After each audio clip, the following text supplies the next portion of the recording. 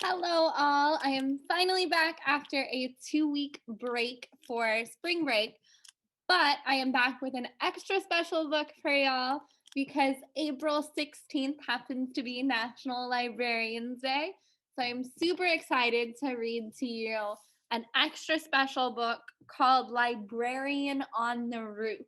It's a true story, which I think makes it even better.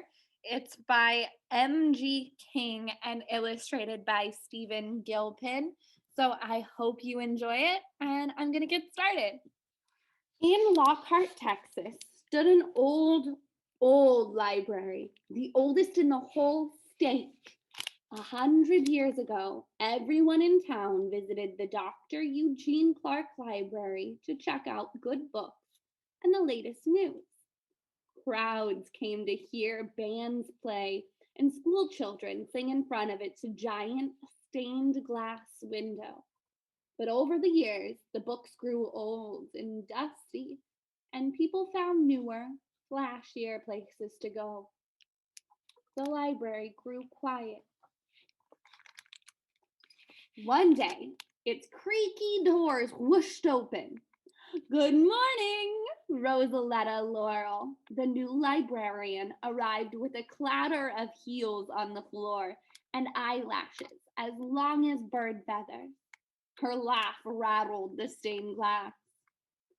Shh, whispered a library worker. Don't disturb the readers. Horse feathers, what readers? Rosaletta did not whisper. The staff looked around but couldn't find a reader anywhere. After Rosaletta arrived, the Eugene Clark began to change. New books and magazines arrived. She told funny stories that made the staff laugh. The library was no longer quiet. Everyone should love coming to the library, said Rosaletta. The rich, the poor, the farmers, the townsfolk. We're here for grown-ups and for children. Right away. Where are the children? No one knew. That year, Rosaletta planned a Christmas party for the whole town. Wearing the largest hat anyone had ever seen, she led the parade around the square. What's on your hat? A little girl asked. My pet doves, Rosaletta said. Come and visit them in the library. But after the party, the children still didn't come. The library's for grown-ups, they said. The children need a place in our library just for them, Rosaletta told her staff. We need more books, picture books, mystery books, adventure books. We need tables just the right size, comfy chairs, colorful artwork, and computers. Lots of families around here can't afford computers. Where will we get the money? The others asked. I'll write letters and ask for donations, said Rosaletta. Rosaletta wrote plenty of letters to big businesses and important people, but no one sent any money. We could have a bake sale, someone suggested. We need $20,000 and we won't get it selling cookies, said Rosaletta. We need the whole town involved. Here's my plan, but I'll need your help. Rosaletta packed essentials, which included a tent, a bullhorn, a laptop, 2 cell phones, and a slingshot. On a Monday morning, the staff stood outside around Rosaletta. Be safe, Rosaletta. We'll send you anything you need, they promised. When people in the street heard where she was going, they had questions. How will she sleep? What will she eat? What I want to know, exclaimed one little boy, is how she's going to go to the bathroom. Rosaletta turned to him without batting an eyelash. Librarians are very resourceful people, she replied. Then Rosaletta stepped into the bucket of the electric company truck. Up, up, up, 50 feet up. She stepped out of the bucket onto the roof.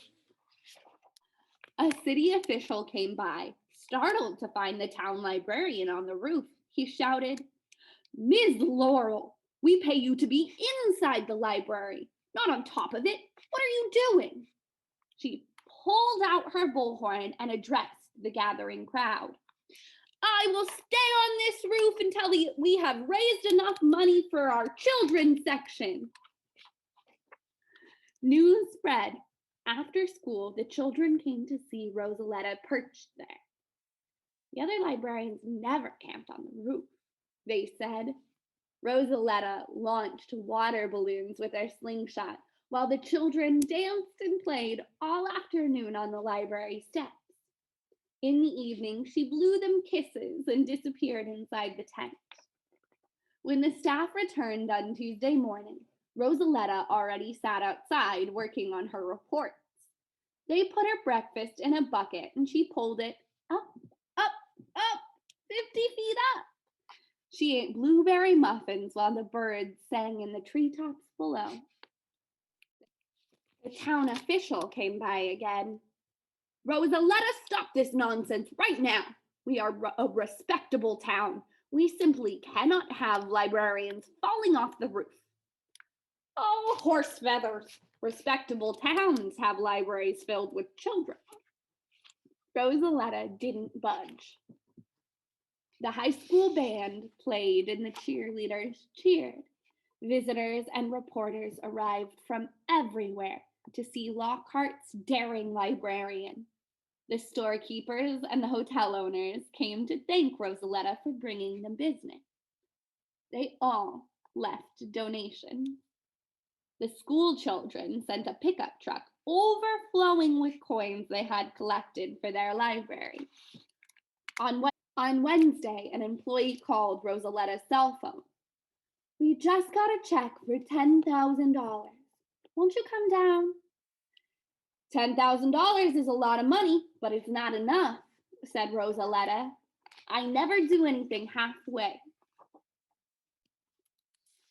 On Thursday, the sky clouded over and rain began to fall. Rosaletta grew cold and wet, but still she refused to leave the roof. On Friday, it poured down harder. The wind tugged the tent lines. The library staff started to worry. They sloshed out the door and stood in puddles up to their shins. "Please come down," they begged. "It's getting worse." Rosaletta shook her head and crawled back inside her tent. Saturday afternoon, the sky turned green and the winds shifted. The news stations warned of tornadoes. The whole town of Lockhart feared for their beloved librarian. All night long, great gusts blasted across the roof. Rosaletta held on to the slippery rail with all her might. On Sunday morning after the storm, everyone rushed outside. "Rosaletta, are you still up there?" "Of course," she said.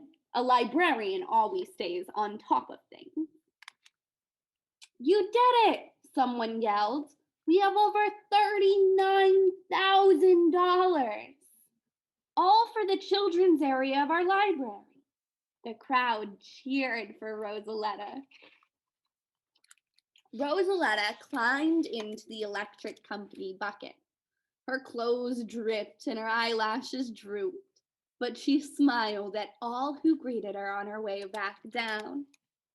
"You mean we did it," she said. "The whole town together." Today, if you look through the front window of the Eugene Clark Library, you will see shelves stacked full with children's books and tables and chairs just the right size. You will see artwork on the walls and a row of busy computers.